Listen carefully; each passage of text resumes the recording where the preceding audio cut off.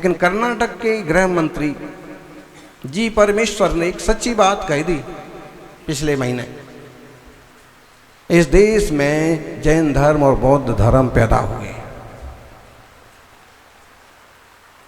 और ठीक से खोज की जाए तो बाकी बाहर से आए हुए हैं।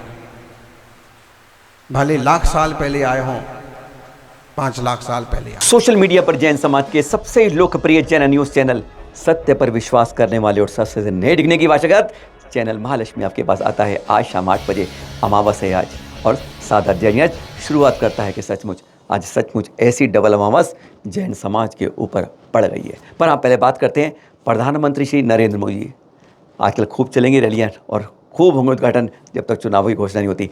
कल क्या कारण एमपी के अंदर, पहले थोड़ा सा उसका एक अंश सुनते हैं, काम की बात है। एक गठबंधन गठबंधन कैसे काम करेगा उसकी नीति और रणनीति बना दी है। उन्होंने अपना एक हिडन एजेंडा भी तय कर लिया है और ये नीति रणनीति क्या है?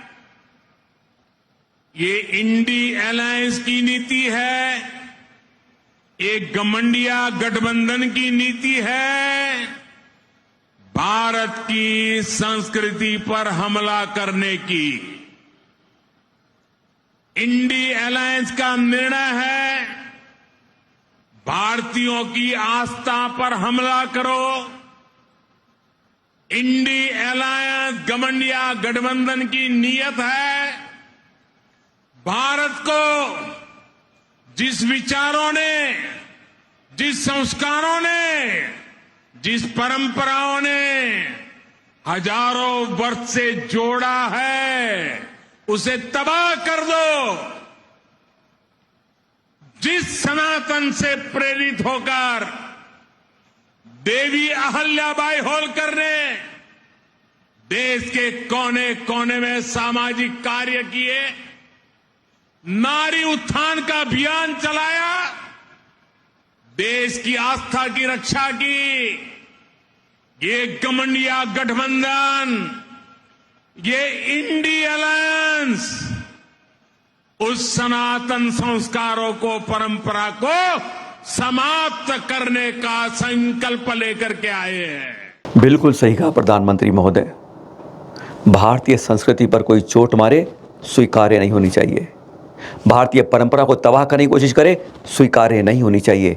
चाहे कोई भी कितना भी बड़ा हो, कितना भी छोटा हो, कितनी भी पार्टी हो, कोई भी हो, उसका कोई भी व्यक्ति हो या राजनीतिक दल हो, हमारे सनातन को तबाह कर रहे हैं आपने कहा।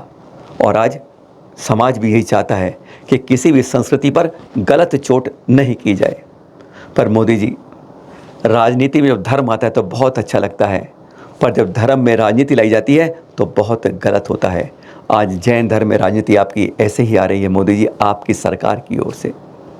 ये ठीक है जो आपने यहाँ पर कहा, पर उसी का एक दूसरा चेहरा जो आपने यहाँ कहा, वहाँ G20 में इसका चेहरा उल्टा क्यों हो गया था? वहाँ पर हमारे धर्म के ऊपर चोट क्यों की गई थी? अगर यहाँ कह रहे हैं आप संस्कृति को तबाह करने की कोशिश, भारत की संस्कृति कोशिश की जा रही है, तो वहाँ ऐसा क्यों होता? ये देखिएगा, ये है वह बुकलेट जो G20 के समय में सारे राजनीतिक अध्यक्षों को, यानी पूरे विश्व में यह बुकलेट दी गई। क्या दी गई?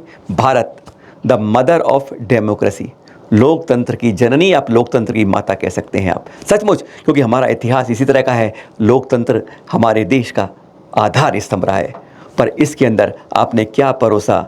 एक तरफ हम दूसरे को कहते हैं कि हमारी संस्कृति को तबाह करने की कोशिश है। प्रधानी मोहन से हाथ जोड़ करके आपकी सरकार में किसने एक कुठाराघात किया कि जैन संस्कृति को तबाह करने की एक कोशिश इस बुकलेट से पूरे विश्व में घुमा दी गई, जो हमारा इतिहास सबको गलत बता दिया गया। क्या है इसके अंदर? आइए पन्ने पलटते हैं। बुकलेट के पन्ने पलटते ही सबसे पहले आती है हमारे प्रधानमंत्री महोदय की तस्वीर। उनके नाम से कोट होता है कि हमारे यहाँ लोकतंत्र हजारों वर्षों प्राचीन है। सही बात है, लोकतांत्रिक देश है, डेमोक्रेसी का देश है और बहुत प्राचीन है। और दाईं तरफ से फिर झोल शुरू होता है। यह इतिहास बताया गया है कैसे हजारों वर्षों से, ईसा पूर्व से, जॉर्जियन कैलेंडर से हमारे यहाँ परंपरा चलती आई है। यह शुरुआत की गई है सिंधु सभ्यता से। हाँ, आपको दिख नहीं रहा होगा, थोड़ा क्लोजअप करते हैं इसको। तो सबसे पहले शुरू करिए सिंधु सभ्यता से, 6000 ईसा पूर्व से। उसके बाद आया वैदिक काल। पढ़ रहे हैं आप? हाँ जी हाँ, वैदिक काल 6000 ईसा पूर्व से 1100 ईसा पूर्व तक। और इसमें थोड़ा नीचे आ जाएं तो सबसे पहले आती है रामायण 2000 ईसा पूर्व, यानी श्री राम जी का युग। और इसके अंदर 20वें तीर्थंकर जब मुनि सूरध्वान थे उनको गायब कर दिया गया। खैर अभी आगे आइए नीचे थोड़ा और, महाभारत काल यानी श्री कृष्ण जी का काल, भगवद गीता का काल, जिसमें उल्लेख है सारे ऋषभ जी का। और उसके बाद में कह दिया गया इसमें अरिष्ट नेमि यानी नेमिनाथ जी को चचेरे भाई थे श्री कृष्ण जी के, लेकिन किशन जी तो आ गए, लेकिन चचेरे भाई जो थे, जो तीर्थंकर थे 22वें तीर्थंकर, अभी तो पहले 20 तो भूल ही जा रहे हैं आप, उसके बाद उसको भुला दिया गया। और फिर नीचे आते हैं बुद्धिज्म 500 ईसा पूर्व और जैनिज्म आता है 650 ईसा पूर्व। देख रहे हैं आप ये, यानी आज से 2650 साल पहले ही जैन धर्म की शुरुआत की गई। यहाँ पर सनातन धर्म को मिटाया जा रहा है, तबाह किया जा रहा है। इसके लिए दोषी कौन है? प्रधानमंत्री महोदय ये तो बता ही सकते हैं कि किसने साजिश रची कि पूरी दुनिया को ये वाला पाठ पढ़ा दिया गया कि वैदिक परंपरा कितनी पुरानी हुई, 6000 ईसा पूर्व से 18 पुराणों और वेदों में आता है उल्लेख ऋषभदेव तीर्थंकर का। 18 पुराण 9 में स्पष्ट उल्लेख है, 100 से ज़्यादा मंत्रों में स्पष्ट उल्लेख है। वे मनुष्य सुनिश्चित से सुनाएंगे अभी आपको। इस तरीके से क्यों अपनी लकीर दिखाने के लिए बड़ी नहीं हो बराबर हो तो दूसरी लकीर को मिटाने की कोशिश, ये जरूर एक परंपरा को तबाह करने की कोशिश है, भारतीय संस्कृति को तबाह करने की कोशिश। क्या यहाँ सवाल नहीं उठता है? पन्ना पलटते हैं, अब 2 पन्नों में वैदिक इतिहास दिखाई देता है, जैसे देख रहे हैं आप 6000 ईसा पूर्व से 1100 ईसा पूर्व तक। बाई पन्ने को देख लीजिएगा, इसमें चारों वेद के नाम है, ऋग्वेद से लेके यजुर्वेद, अर्थवेद, सबके नाम लिखे हैं और बताया गया सबसे प्राचीन ग्रंथ बताया गया है ऋग्वेद को, ठीक है। और ऋग्वेद तक में भी यह उल्लेख आता है, यह नहीं बताया कि इसमें भी जैनिज्म आता है और उस जैनिज्म को कितने नीचे साफ कर दिया जाता है। पन्ने पलटते हैं और अब कभी विश्व के प्रमुख वंडर्स में गिनी जाने वाली अद्भुत प्रतिमा बाहुबली की प्रतिमा दाईं तरफ और बाईं तरफ उस बॉक्स के अंदर जैनिज्म का इतिहास दिखाई दे गया है। थोड़ा ब्लो अप करते हैं इसको, अब जैनिज्म को देख रहे हैं आप। हाँ, इसमें क्या लिखा गया है? 7वीं सदी से जैनिज्म की यहाँ शुरुआत हुई, जो प्राचीन धर्म है। बस यही तो फ़र्क है, यही तो कहते हैं कि कौन परंपराएं तबाह करता है। हम दूसरे के कपड़ों में झांक लेते हैं, अपने अंदर नहीं देखते हैं कि सरकार ने आज, हमारे देश की सरकार ने आज भारतीय संस्कृति के अंदर एक सब मजबूत स्तंभ, सबसे प्राचीन स्तंभ जो भी सनातन है वह जैन धर्म सनातन है, उसके बारे में पूरी दुनिया में क्या खबर पहुंचा दी है। आज वह बुकलेट पूरी दुनिया में पहुंच गई कि जैनिज्म का इतिहास सिमट कर बौद्ध काल तक रह गया। कितनी बड़ी गलत बात, झूठ, अफवाह बनाई गई है, जबकि सारे पुराण इस बारे में सब कुछ कहते हैं। इस बारे में सुनाते हैं हम जरा आचार्य श्री सुनील सागर जी ने आज सुबह ही एक धर्म सवारी विहार में क्या कहा। मदर ऑफ डेमोक्रेसी, मतलब भारत जो है वह गणतंत्र की माता है। फिर उदाहरण दिया श्री राम का, ठीक है, महावीर स्वामी के वैशाली गणतंत्र का उल्लेख होना चाहिए था। सब चीज को वो अपने से जोड़ लेना चाहते हैं। जैन धर्म उसकी गहरी जड़ों को नकार देना चाहते हैं। ये कैसे संभव है? ऋषभ देव का वर्णन तो वेद में भी है,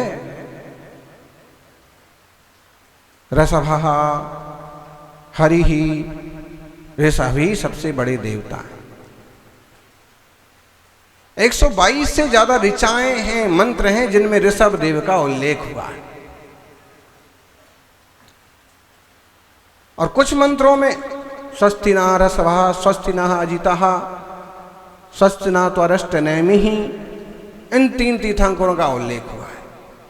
ये सब अजित, अरिष्ट, नेमि, नेमिनाथ भगवान श्री कृष्ण के चचेरे भाई, जगत विख्यात है ये विषय, और फिर भी झुटलाया जा रहा है। जब 22वें तीर्थंकर नेमिनाथ श्री कृष्ण के भाई हैं तो श्री कृष्ण के काल में ही होंगे कि और कभी होंगे? तो इसका मतलब है कि जब श्री कृष्ण नारायण हुए तब तो निश्चित रूप से 22वें तीर्थंकर थे, और तब जैन धर्म था, तब उनने वैराग्य लिया था, तब उनने गिरनार की ऊंची चोटियों पर तप किया था।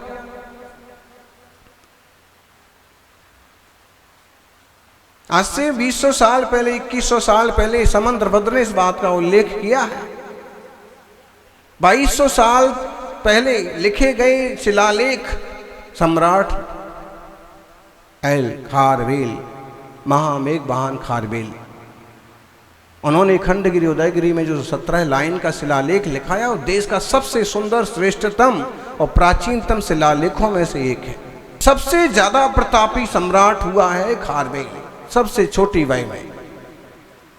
केवल 15 साल की अकबर के लोग गीत गाते हैं कि 14-15 साल में सिंहासन पर बैठ करके और उन्होंने ऐसा किया वैसा किया।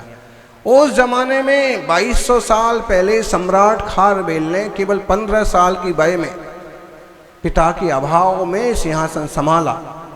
24 साल में वहां राज्याभिषेक होता था। इन 9 सालों में, 7-8 साल में उनने दिग्विजय कर लिया पूरे देश में, और पूरी दुनिया को जीतने के बाद राज्याभिषेक हुआ। मतलब क्या है? राजा पहले बनते फिर दिग्विजय करते, लेकिन राजा बनने की उम्र ही नहीं आई। 24 साल, उसके पहले ही दुनिया पर विजय प्राप्त की। पार्श्वनाथ का 28वां निर्वाण उत्सव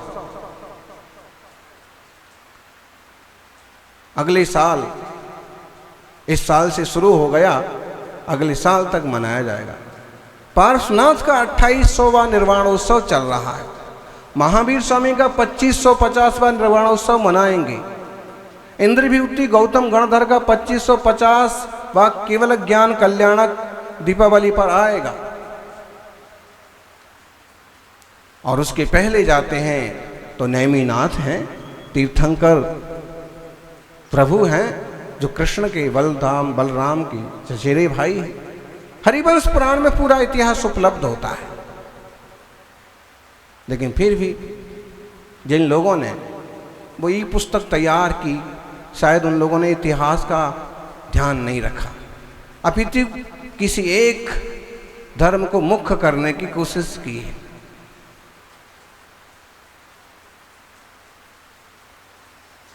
जिन व्रात्यों का उल्लेख वेदों में आता है, वो व्रात्य कौन थे? जिन नागों का उल्लेख आता है, कभी कभी असुर रूप में और दस्यु रूप में भी स्पर्धा होने और द्वेष होने से ऐसे शब्दों का उपयोग किया, वो कौन लोग थे? द्रविड़ जो उपयोग आता है, एक प्राचीन शब्द है, ये मूलतः इस देश के वासी जैन लोग। जैन शब्द तो काफी नया है। ये कह सकते हैं कि जैन शब्द का प्रयोग हुआ है ईसा पूर्व 500 से, तो ठीक है। इस शब्द का इस रूप में प्रयोग पहले नहीं होता था, क्योंकि पहले पूरी सत्ता, पूरी दुनिया इसी रूप में थी, अथवा व्रात्य कहलाते थे। व्रतों का पालन करने के कारण से, 5 महाव्रतों का पालन करने से, 5 अणुव्रतों का पालन करने से व्रात्य कहलाते थे।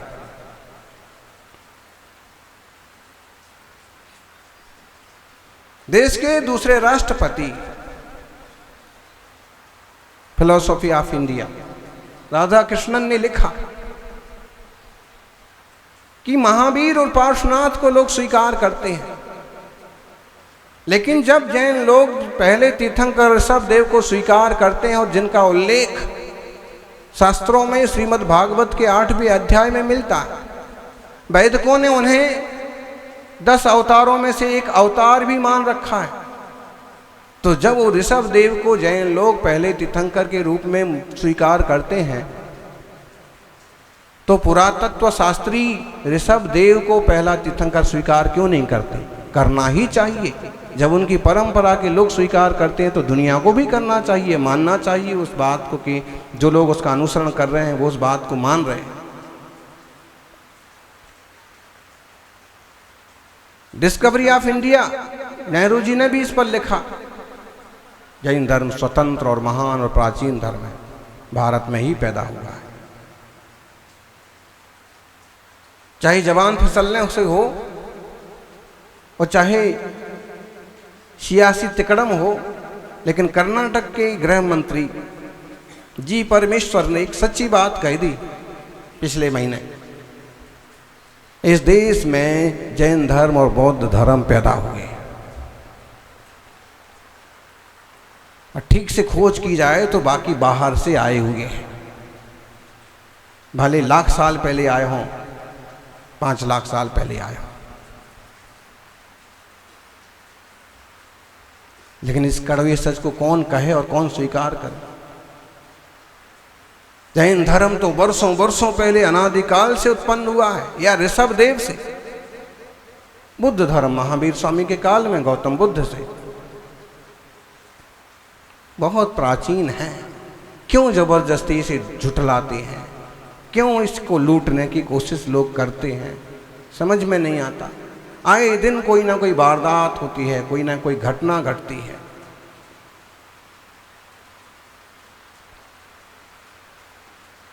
किसी न किसी तीर्थ पर अतिक्रमण किया जाता है।